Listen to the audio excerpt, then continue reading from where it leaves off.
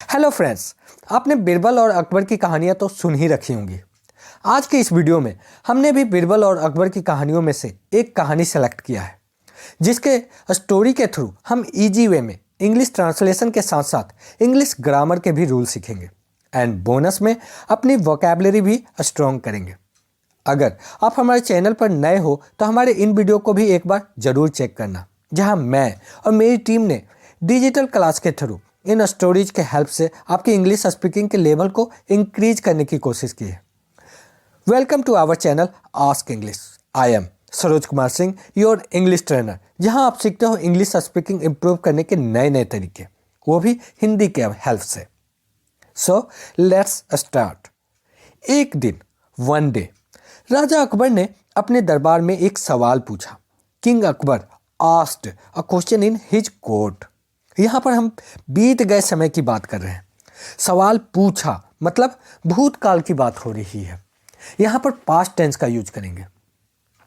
पूछना को इंग्लिश में आस्क कहते हैं और पास्ट इंडेफिनिट टेंस का सेंटेंस होने के कारण हम यूज करेंगे वर्ब की सेकेंड फॉर्म का। आस्क का आस्क्ड हो जाएगा और स्ट्रक्चर होगा सब्जेक्ट प्लस वर्ब की second form plus object. King Akbar asked a question in his court. राजा अकबर ने अपने दरबार में एक सवाल पूछा जिसने दरबार में मौजूद सभी को हैरान कर दिया। That left everyone puzzled in the court.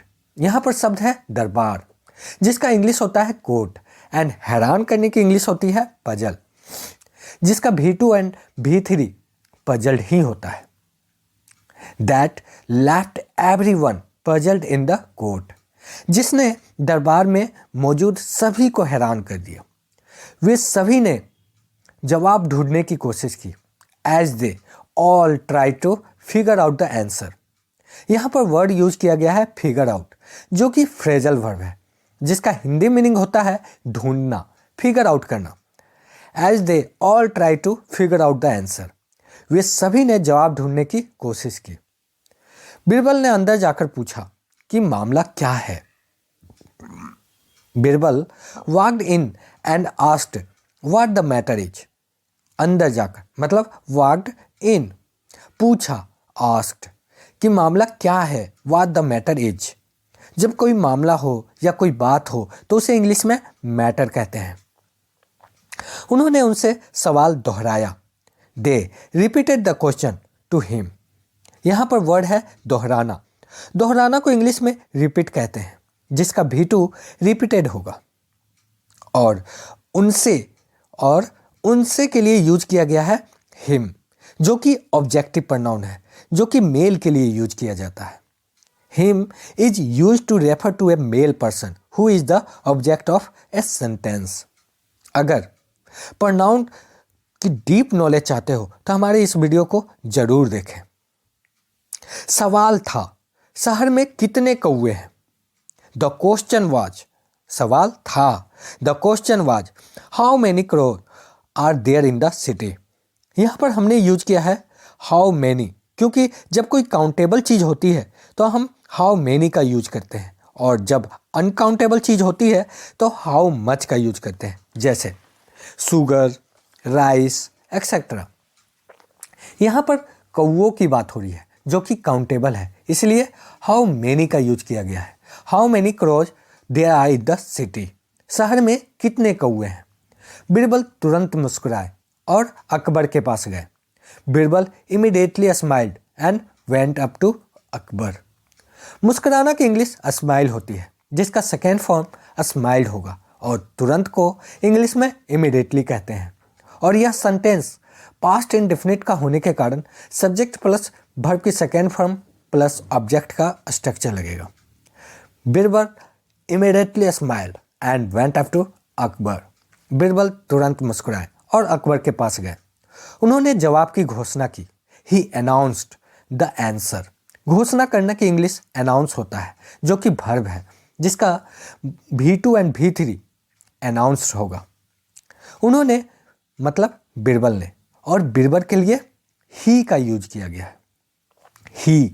He announced the answer. उन्होंने जवाब की घोषणा की।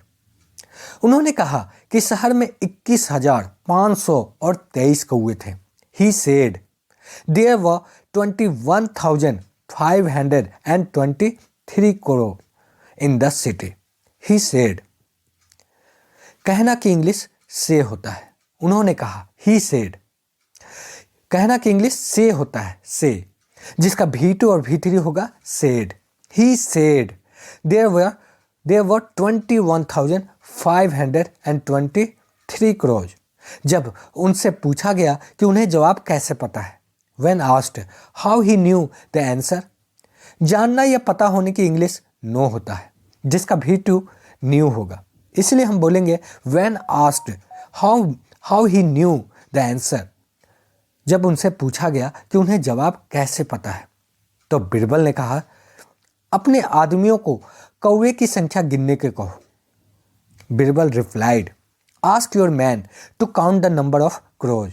यहाँ पर दो वर्ब हैं। फर्स्ट वन इज कहना, ask, and second one is गिनना, काउंट। इन दोनों में हमारा मेन वर्ब जो है वो है आस्क, और जो गिनना, काउंट, वो है इन्फिनेटिव वर्ब। इसीलिए इन्फिनेटिव वर्ब के साथ टू प्लस वर्ब की फर्स्ट फॉर्म का यूज किया गया है, टू काउंट, और मेन वर्ब को टेंस के रूल के मुताबिक चेंज करेंगे। यहाँ पर सेंटेंस प्रेजेंट इंडेफिनिट का है, इसीलिए वर्ब की फर्स्ट फॉर्म का यूज किया गया है, ask. Ask your man to count the number of crows. अपने आदमियों को कौवे की संख्या गिनने को कहो। अगर अधिक संख्या में है, इफ देयर आर मोर, अधिक के लिए यहाँ मोर का यूज किया है। इफ देयर आर मोर, अगर अधिक संख्या में है तो कौवों के रिश्तेदार उन्हें पास के शहर में मिलने आए होंगे। Then the relatives of the crows must be visiting them from nearby cities. रिश्तेदार की इंग्लिश रिलेटिव होती है, जो कि सिंगुलर के लिए यूज करते हैं। जब प्लूरल की बात होती है, मतलब रिश्तेदारों, तब हम यूज करेंगे रिलेटिव्स। यदि कम है, इफ दे आर फ्यूअर, कम के लिए फ्यूअर वर्ड का यूज किया गया है।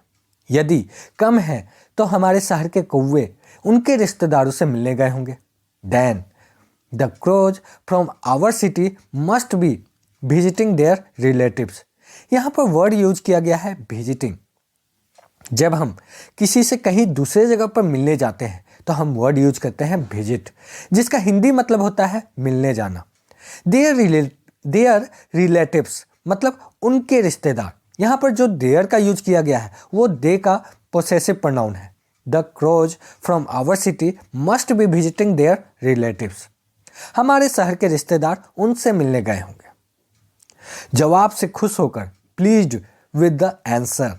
खुश होना की इंग्लिश होती है प्लीज, और पास्ट इंडेफिनिट का सेंटेंस होने के कारण वर्ब की सेकेंड फॉर्म प्लीज्ड का यूज किया गया है। प्लीज्ड विद द आंसर, जवाब से खुश होकर। अकबर ने बिरबल को मणिक और मोती की चेन भेंट की। Akbar presented Birbal with a ruby and Perl chain. भेंट करना की इंग्लिश होती है प्रेजेंट, जिसका V2 होगा प्रेजेंटेड। मणिक को इंग्लिश में रूबी और मोती को पर्ल कहते हैं। अकबर ने बिरबल को भेंट की।